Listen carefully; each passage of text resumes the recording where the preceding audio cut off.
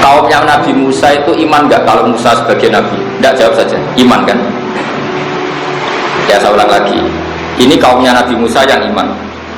Kaumnya Nabi Musa itu semuanya iman kalau Nabi Musa itu Nabi. Ketika Nabi Musa memberi penjelasan detail tentang Baqarah, kan pertama Innallaha ya'murukum an tadhbahu Baqarah, terus minta penjelasan mereka itu Baqarah yang apa? Dijawab la faridu wala bikar. Terus warnanya apa? Innaha baqaratun safra. Lalu Baqarah yang pernah dipakai kerja apa enggak? Baqaratul la dalulun tusirul arta wala taskil hats, yang belum pernah dipakai kerja. Kemudian terakhir mereka mengatakan qalul ana ji'ta bil haq. Qalu padha ngucap sapa kaum Musa, mulai ngucap ngene, al ana ing dalem saiki ji'ta rawuh panjenengan bil haqqi lan kebenaran. Baru kali ini engkau benar, sekarang ini kamu baru benar. Itu kan kafir. Berarti ma madho mim Musa itu tidak benar. Itu bahaya betul kalau dikatakan orang mukmin pada nabinya. Kan misalnya mengatakan ya Musa baru ini engkau benar, berarti di masa lalu salah, dan meyakini Nabi salah adalah kafir atau murtad. Maka seperti ini harus ditakdirkan. Semua tafsir menakdirkan qaulul ana ji'ta bil haqqi bil haqqil wadih, apa? Bil haqqil wadih. Baru ini, sekarang ini baru engkau menjelaskan kebenaran secara gamblang. Artinya kemarin-kemarin engkau yang membawa hak tapi samar-samar. Sekarang jelas. Tanpa sifat al-wadih maka kaum Musa menjadi kafir, karena sama juga mengatakan kamu sekarang benar, dulu-dulu tidak benar. Makanya di sini harus ditakdirkan apa? Qalul ana ji'ta bil haqq ayil haqqil wadih. Itu lihat di semua tafsir seperti itu. Kalau ada mufassir tidak nafsirin nabai al-wadih, ya berarti orang mufassir, ya orang goblok tapi nulis. Bahaya.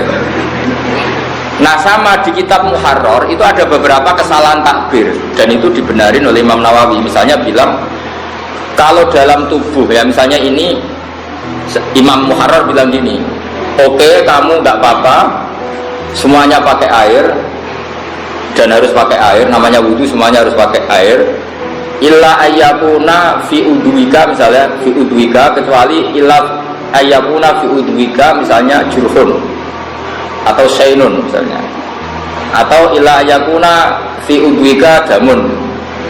Nah khawatirnya Imam Nawawi kalau sekedar catu menjadikan orang boleh tayamum, kok nang catune mau pukul sidik.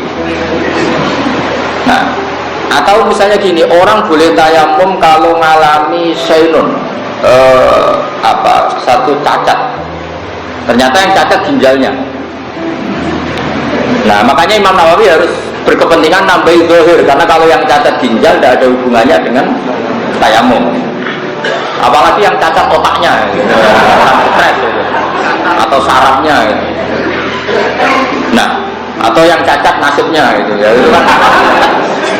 Nah seperti ini kan mau tidak mau Imam Nawawi itu khawatir kalau anak-anak Mahat Ali ini syainun fahis tidak ditambahi zahir.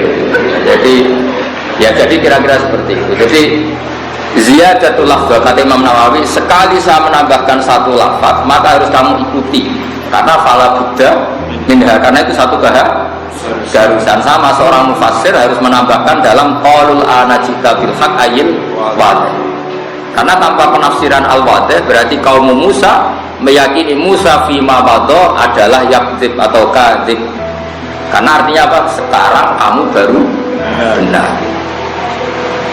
Mana kira alim nih Pak Haris saya alim, berarti bisa-bisa bodoh. Nah, kalau itu tidak kafir. Ya macam dia tahu bodoh. Maksudnya zaman kecil itu. Oleh nih, Pak Haris saya payu rabi, itu boleh, karena dulu kemarin tidak payu itu boleh. Jadi boleh. Tapi Pak Haris tetap menguruskan orang payu, kangenan milah.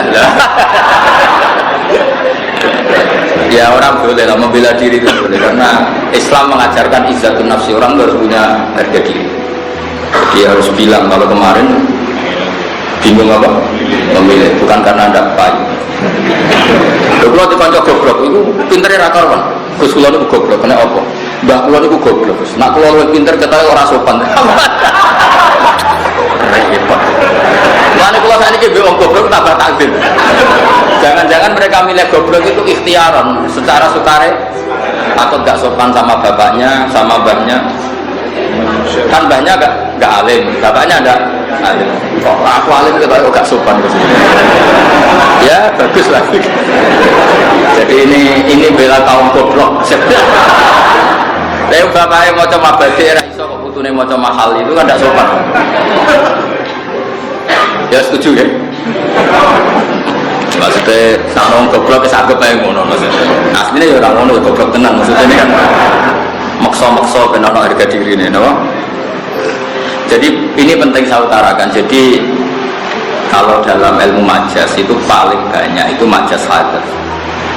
Majas ijaz itu kalau dalam bahasa ilmu makna itu sama, tapi kalau di balaghah dibedakan. Ini majas ini, tapi ya sama lah sebetulnya. Jadi apa ya, saya ini kan sering belajar balaghah tapi juga belajar lisanul arabi. Saya juga belajar ilmu mantek. Nanti kelihatan ilmu itu mirip-mirip. Misalnya begini, saya tadi malam-malam apa itu? Sekarang hari apa ya? Malam Sabtu ya.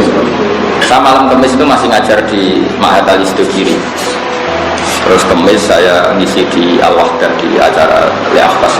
Sekarang di sini, tadi saya di Kudus.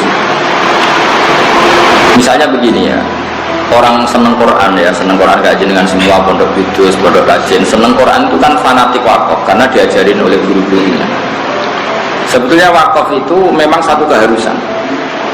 Cuma kelirunya kita, kadang anggap yang harus itu wakaf ya. Sebetulnya bukan wakafnya yang harus itu. Yang harus itu kepastian makna. Yang perangkat lunaknya mau tidak mau kita punya istilah, terus kita istilahkan wakaf. Sebetulnya kalau dalam disiplin ilmu balaghah itu namanya fasl. Ya di balaghah ada kitabul fasli wal fasl. Kalau di ilmu makna namanya taktek. Taktek itu dipotong-potong. Nah, terus orang Quran menyebut itu. Nah, kenapa saya nerangkan ini? Karena banyak orang salah paham. Dikira wakaf itu satu hal yang sakral. Sebetulnya memang keharusan. Fala Buddha, kalau Imam Nawawi fala Buddha. Misalnya gini, sama tak beda ya. Nah, ini relax saja. Saya tidak beda Pak Haris karena kalau keliru isi-isi guru kok. Jadi sampai enak keliru pantas. Ijek santri enak keliru kan pantas. Misalnya begini, kan nggak mungkin misalnya Alhamdulillahilladzi anzala ala abdil kitaba wa lam yaj'al lahu iwaja qayyima. Coba kalau kamu baca langsung itu maknanya begini, walam yaj'al lan ora gawe sapa Allah lagu maring Quran, ora digawe iwajan ing bengkok. Qayyiman ya ora digawe ing jejeg. Karena kalau dibaca langsung itu ada tasallutul amil alal ma'mul. Berarti lam yaj'al juga mengamali lafaz qayyiman. Berarti apa ora gawe Quran, ya ora gawe bengkong, ya ora gawe jejeg. Itu kan kafir betul. Maka harus ditaktek itu dipotong.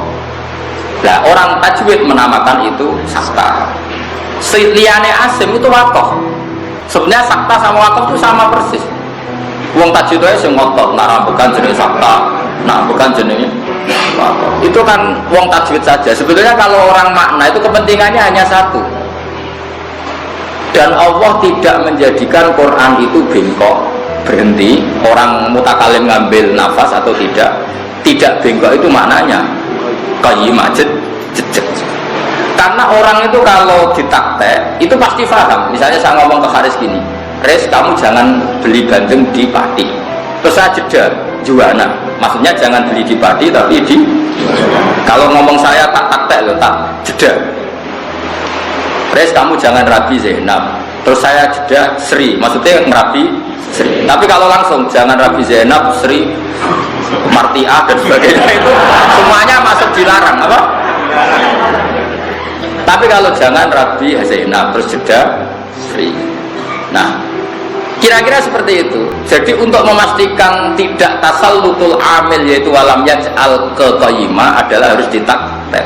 Jadi walam yaj'allahu iwaja. Quran tidak dibikin bengkok terus jeda. Mana nih gak bengkok adalah qayyimah. Apa? Jed. Maknanya orang Arabi Sri, orang Arabi Zainab, maknanya Arabi ini kalau jeda. Sekali gak jeda, ini ada tasalluk. Jangan Rabi Zainab, Sri, Martiah, apa? Itu mesti semuanya jangan. Lalu mulai kok raro sama hatta libat, malah takut. Kenapa kok sakta? Mau cari guru-guru ya sakta. Pokoknya ngono. Olah tuh boyong ora dadi mata. Jadi nanti wisuda Anda itu menjadi haram kalau tidak paham. Tapi nak paham iki rada halal loh. Di sini-sini wong. Nah, begitu juga di surat Yasin. Karena qail awal itu bukan qail sani. Qail awal adalah mustafhim, orang yang tanya. Qail sani itu mujawab, orang yang jawab. Solusinya gimana? Ya ditaktek. Misalnya qalu ya wailana man ba'atsana mim marqadina. Harus ditaktek.